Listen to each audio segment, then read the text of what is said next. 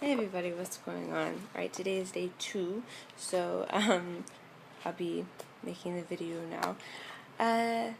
Right, I'm gonna do something a bit different today. Instead of going through and telling one person's story, I'm just gonna quote from multiple women's stories, and just to give an idea of the diversity.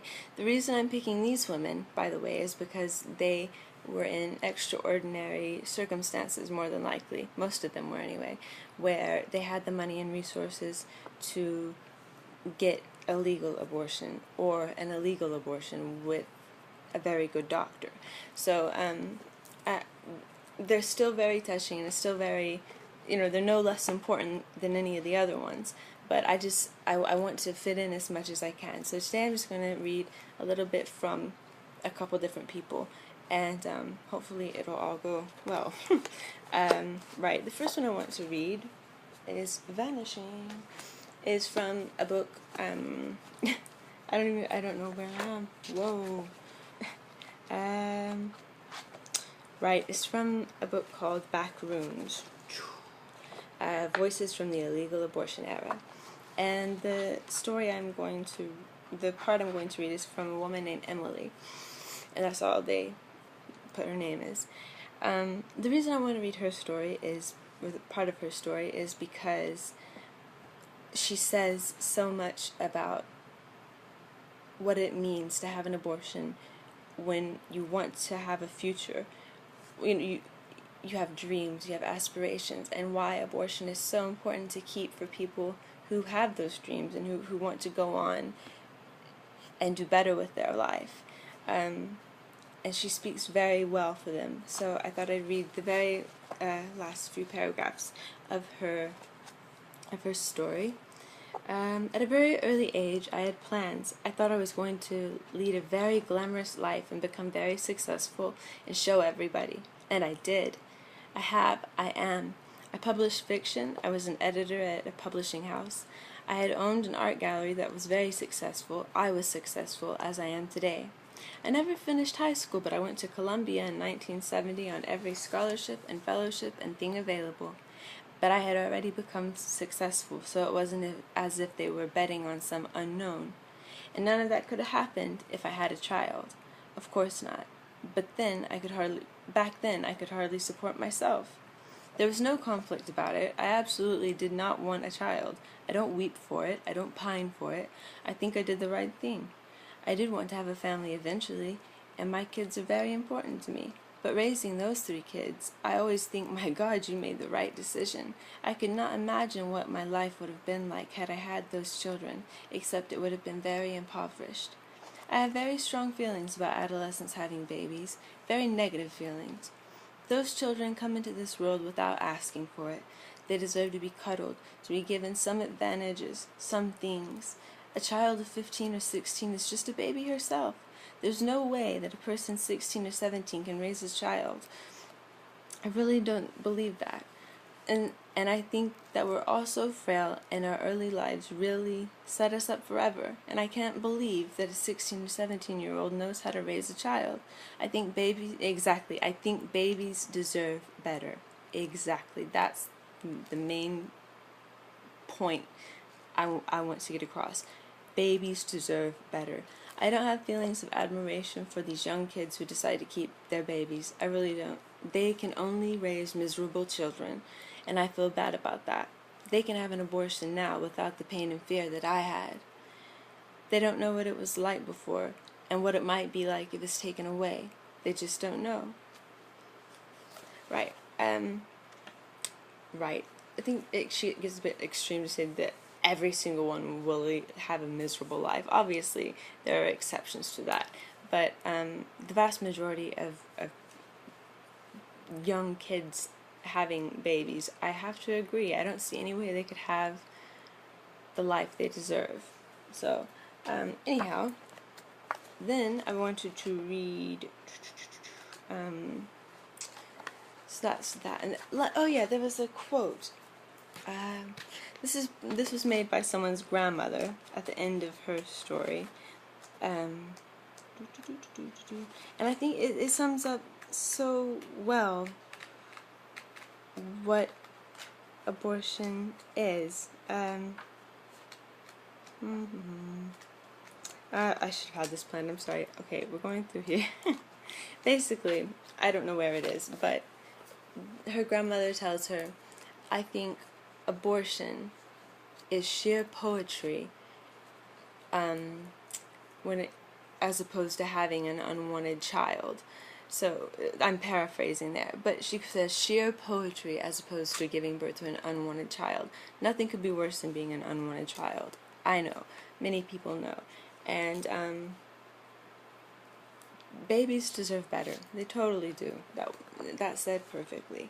So there we are. Let me see. What was the other one?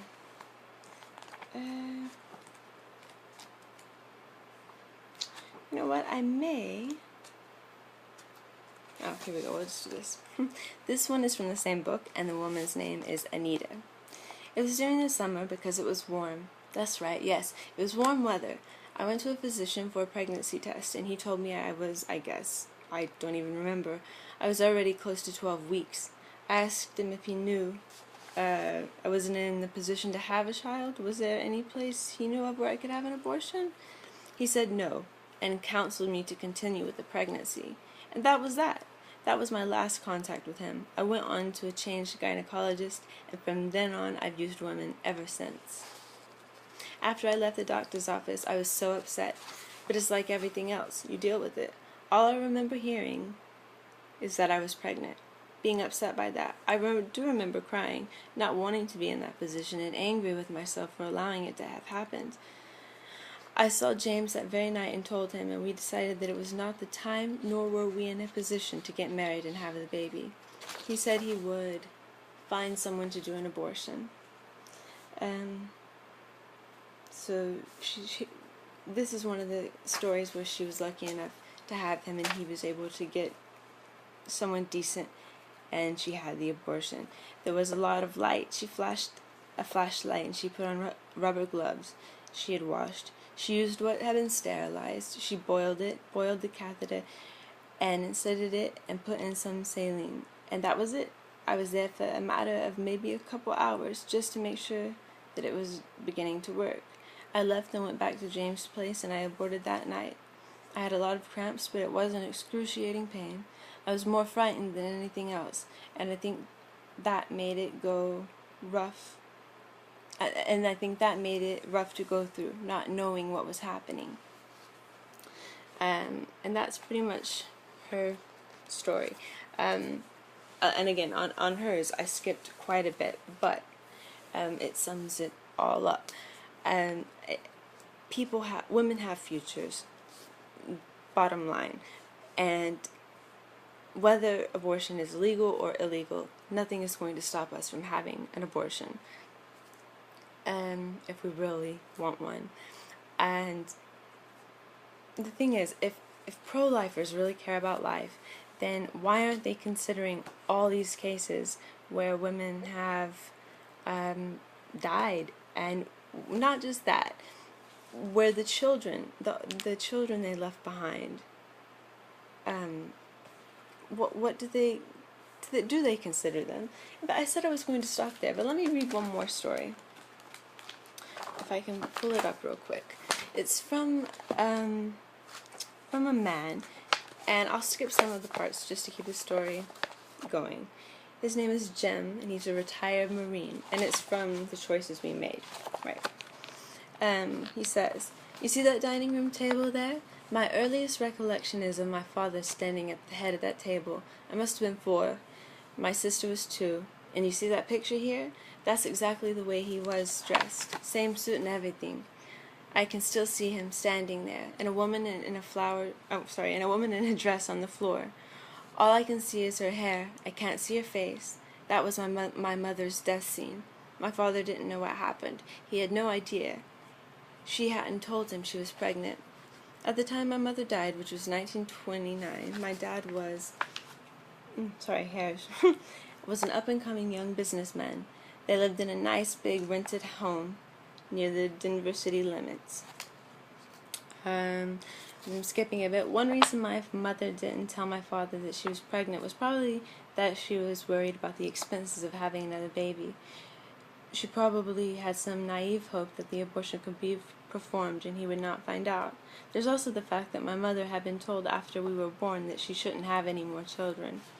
When my mother became aware that she was pregnant, she called my Aunt Alice, my father's oldest sister, whom had married a doctor from New York. My mother wanted my aunt to talk to Uncle Doc, but Aunt Alice told my mother there was no way he would perform an abortion. She said if he did something like that, he could lose his license. And as far as I know, that was the end of the conversation. What hurts me the most is my belief that if my mother had been able to talk to him herself, if she could have in any way had asked him personally, he would not have turned her down. Knowing what Uncle Doc did for others, I just can't believe he would have said no. As children, we were led to believe that my mother died of potanium. I can't pronounce the word, but poisoning. That was a socially acceptable way to die, wasn't it? I first learned that my mother died of an illegal abortion from my Aunt Alice when I was 21. At that point, that's all I knew. It wasn't until 2 years ago when my sister and I got a copy of my mother's death certificate that we found out that she had died from an overdose of ergot to produce an abortion. To this day, it is a controlled substance. The drug contracts the uterus and is sometimes used after childbirth. Like other drugs, it is potentially fatal in large doses. We don't know how she got the drug, but I'm sure my mother thought if 1 teaspoon is good, maybe 4 is great. She was an unsophisticated girl. I don't think she was a high school graduate, and I can say she was very, very desperate. Finding out that my mother died of an illegal abortion from a drug someone gave her made me even more furious. I felt that the people who had caused her death, that caused deaths like my mother's, ought to be in jail. The hell with jail. The death sentence was too good for them. This was an instinctive feeling. I couldn't have articulated it then, but today absolutely I'm glad abortion is legal. If my mother were here today and going through the same thing, she could have had a safe abortion. The very fact that my father wasn't aware that she was pregnant tells us she was at a very early stage in her pregnancy, right? Under the same set of circumstances today, my mother would have lived. Let's see. I don't know how long after my dad started going out. I look back and realized he was weighed down with grief, almost bankrupt. What the hell was he going to do from day to day, minute to minute? But that was a traumatic thing for me. From the bedroom assigned to me in my grandmother's house, I could see the lights of downtown Denver way over the bridge.